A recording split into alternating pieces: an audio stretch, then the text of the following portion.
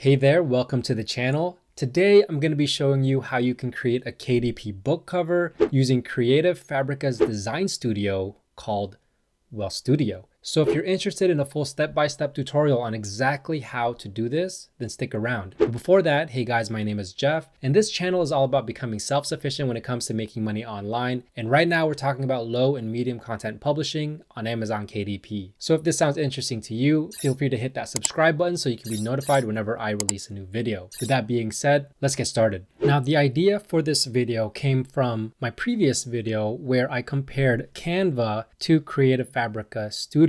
And so I was thinking that I wanted to create a video on how easy and user-friendly it would be to create a simple book cover for Amazon KDP using Creative Fabrica Studio. So for this tutorial, I wanted to go ahead and go on Amazon and look for a book that was doing well and replicate its design. So as you can see on the screen, I found this notebook. It's a draw and write paper for kids, blank dotted line notebook. And the reason I chose this was because it's a fairly simple design to make, but it has a lot of ratings. It has a high review score. And as we can see, if we scroll down to the bottom, as of right now, it has a bestsellers rank of 52,202, which is good for about 180 sales per month off of basically the design of this cover. So what we're going to do is we're going to go ahead and use this cover as our example and see if we can recreate it using Creative Fabrica's design studio. So if we go ahead and take a deeper look into the cover, we can see it has the title here, Draw and Write Paper for Kids. We can see there's a box with some clip art of what seems to be kids' drawings in here, and then some practice lines. So let's go ahead and go to Creative Fabrica Studio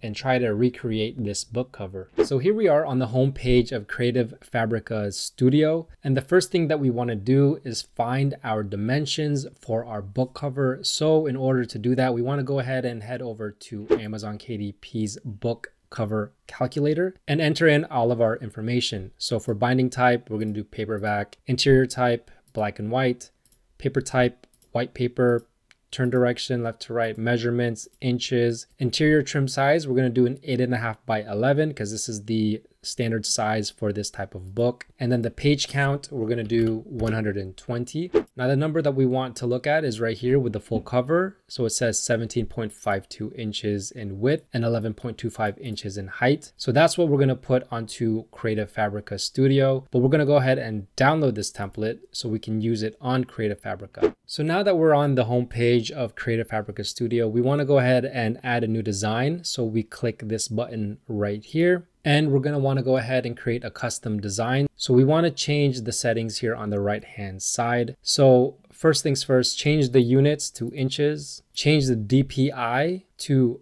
print, which is 300 DPI, change the width to 17.52 and the height is 11.25.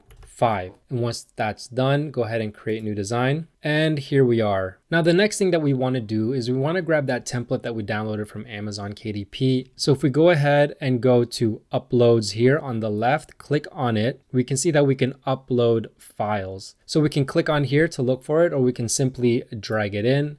So it's going to be right here. And it's going to upload right here where the images are. So now that it's here, I'm just going to click on it and it should show up on the screen, and there it is. So now all I want to do is I want to put it in the corner. There's a few ways to do this. You can either drag it to the corner and it'll lock, or you can go ahead and click on it and then there's this bar up here that shows up, and you can go to this button right here, alignment and layers, and then you can go ahead and press this one, align to the left, and then align to the top, and it should perfectly put it in the corner. And then you can go ahead and just drag it. We need to go ahead and get rid of this until it snaps in all corners. As you can see right here, it's snapping in all corners. Now this is going to give us our template on how to build the book cover. Change the transparency so that it's barely there, so we can still build and stay within our margins. Also, what we can do is we can go ahead and lock it so it doesn't move. And now we're ready to build. So if you remember our example, which is a draw and write paper for kids, blank dotted line notebook, the first thing that I notice is there's a spine. And in order to create that spine, all we have to do is on the left-hand side is to go to elements here. And then if we scroll down, we can get to where it says basic shapes.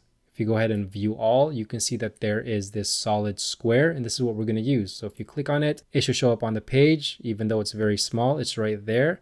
And you can just drag it to whatever size you like. And as you can see, it snaps when it gets to the middle here, as well as the center. And I just want to extend it beyond the page just to be safe.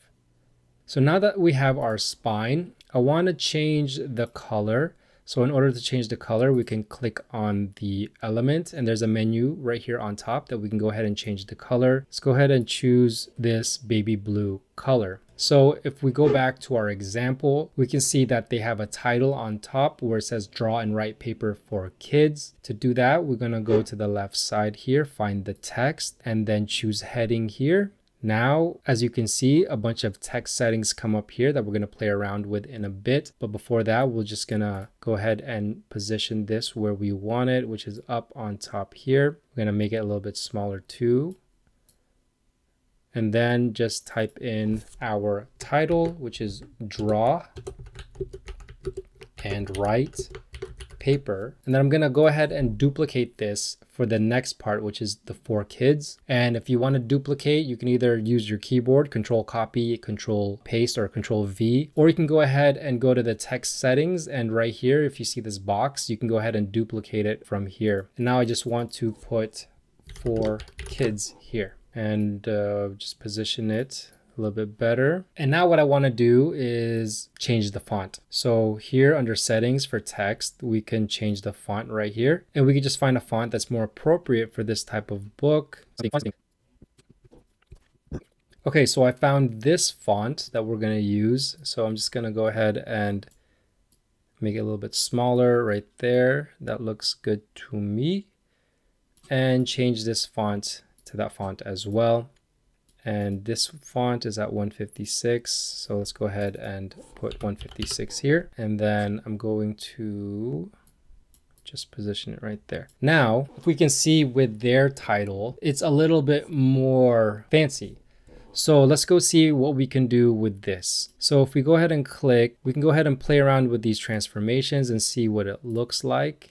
But it's not something that I would use right now, so I'm not going to do that. I also see that there is a border weight here. So maybe before I put a border, let me change the background color of the document here. So all I'm doing is I'm just moving the template off so I can change the background color. And once I do that, you can go ahead and click background here, and you can either choose a wallpaper or a background from here, or you can just choose the color here, and you can choose any kind of color, but I'm gonna go with this color right here, and then just move this back there. So now that we have the background, we can go ahead and continue with this font, and let's go ahead and add a border weight, and let's change it to white. And then let's make it thicker, maybe 50. Same for here. Let's go and make it white and make it 50. And that's starting to look a little bit better. It's not exactly the same as our example, but I think it's still pretty nice. So now what I want to do is I want to change the color of this word kids. In order to do that, we're just going to duplicate this element, as you can see right here, and we're just going to change this font to a different color. So maybe we'll go with our spine color. Maybe we'll make it blue like that. And what we want to do is we want to delete this kids one, and I'm going to align it to the left here. And then for the kids, we want to align it to the right. It just makes it a little bit easier to work with. And now I'm just going to put it up here, and we have that draw and write paper for kids. Now the next thing that we want to do is create the box that we see on our example. And so in order to do that, we go ahead and click on elements here, and then find a line right there, and then just situate it somewhere up here. And then I'll go ahead and extend this. Let me zoom in so you guys can see, and then go ahead and copy that and just place it somewhere down here. Let's go ahead and zoom out just to see, maybe a little lower. Copy that again, whoops, and rotate this line, and then put this line up here, snap it, copy it.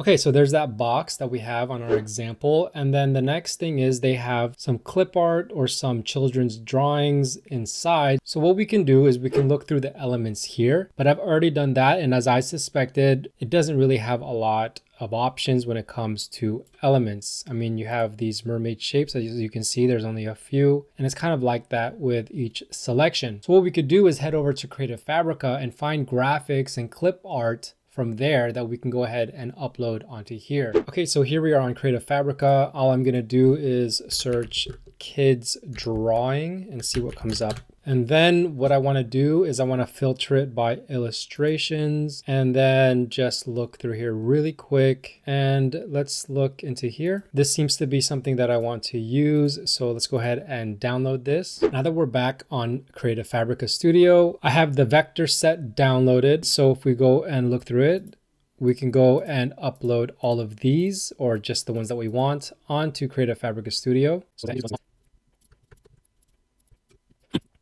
Okay, so I've gone ahead and uploaded a few of those vector images onto here. And so all we have to do is just click on them and it will put it on the screen. Okay, now that I've put it all on here, it's all jumbled up. I'm gonna go ahead and go to my palette here and I'm going to just select all of these so I can go ahead and adjust them. So now let's just go ahead and start putting it in certain places here. I'm going to go ahead and take off my template just so I can see.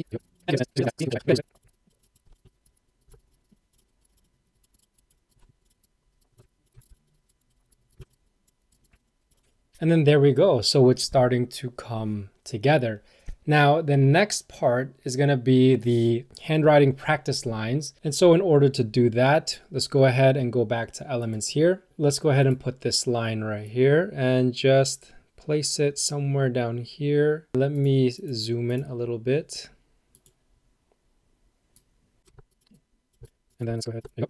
The next one is the dashed lines. So here's the dashed lines. Let's go ahead and put that down here.